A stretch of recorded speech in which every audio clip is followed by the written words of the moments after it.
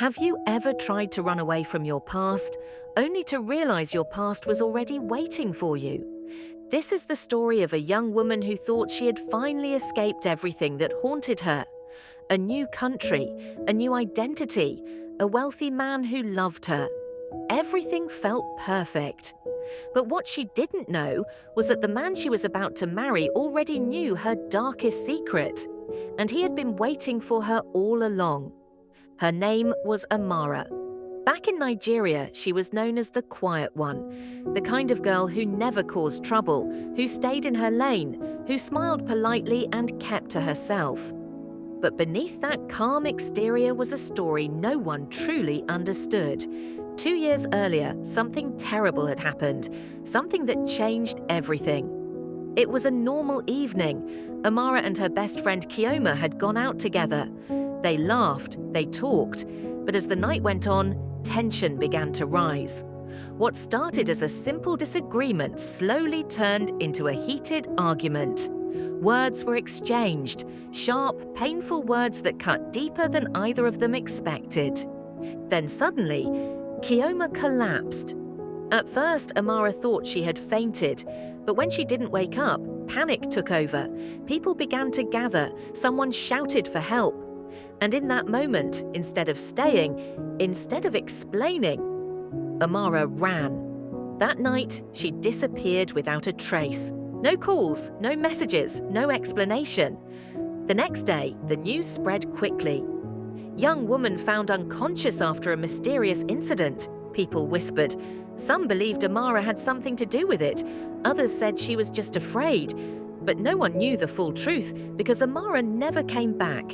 Months later, she resurfaced, far away from home. In a completely different country, under a different name, Amara started a new life.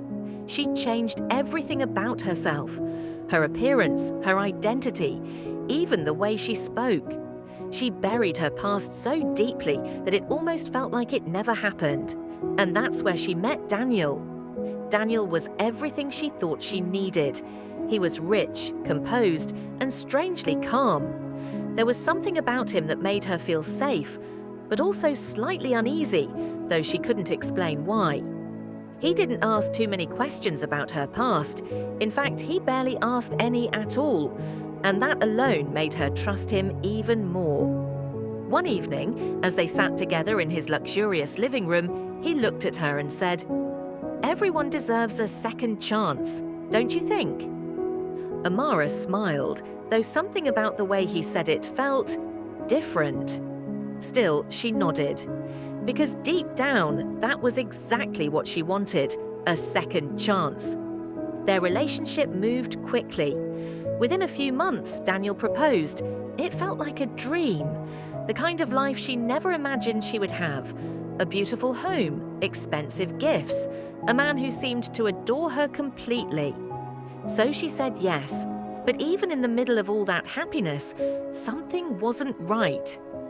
Daniel watched her, not in a loving way, but in a way that made her feel like he was studying her, like he knew something she didn't. Sometimes he would say things that felt too specific, too pointed. "You don't seem like someone who runs away from problems," he once said casually. Amara laughed it off, but inside, her heart raced. How did he know? Still, she ignored the feeling. She had come too far to go back. This life, this new beginning, was everything she had fought for. A week before their wedding, something happened that changed everything. Daniel had a study room he always kept locked. He never allowed anyone inside, not even Amara. But that day, the door was slightly open. At first, she hesitated, but curiosity slowly pushed her forward. She stepped inside. The room was quiet, neatly arranged, almost too perfect. And then her eyes landed on a file sitting on the desk. Something about it felt wrong. Her hands trembled as she picked it up and opened it. And in that moment, her entire world shattered. Inside the file were photographs, old photographs, from Nigeria, her, Kioma, and then newspaper clippings. Young woman missing after friend's mysterious collapse. Her breath caught in her throat. Her vision blurred. No, this can't be happening. She stepped back, shaking her head, trying to convince herself it wasn't real. Then suddenly a voice came from behind her. "You weren't supposed to see that yet." She froze. Slowly, she turned around. Daniel stood in the doorway, calm as ever. But this time, there was something cold in his eyes. Her voice trembled. "Who are you?" He took a few steps closer, his expression unreadable. "I was wondering when you'd finally ask that," he said quietly. Amara's heart pounded so loudly, it felt like it might burst out of her chest. Daniel looked at her and said, "Kioma didn't die." The room went silent. Amara's knees almost gave out. That's impossible." "She survived," Daniel continued, his voice steady. "Barely, but she did." Tears filled Amara's eyes as the truth began to unfold in the most terrifying way. Then he said the one thing she never expected. "She's my sister." Everything stopped. Time, breath, thought. It all collapsed into one overwhelming moment. "I've been looking for you for 2 years," Daniel said. Amara fell to the ground, unable to process what was happening. The love, the relationship, the proposal. It was all a lie. A carefully planned lie. Her voice cracked as she whispered, Why would you marry me?" Daniel crouched in front of her, his gaze locked onto hers. "Because I wanted you to feel safe," he said softly. There was a pause, a heavy, suffocating pause. "Before I took everything from you, the same way you almost took my sister's life."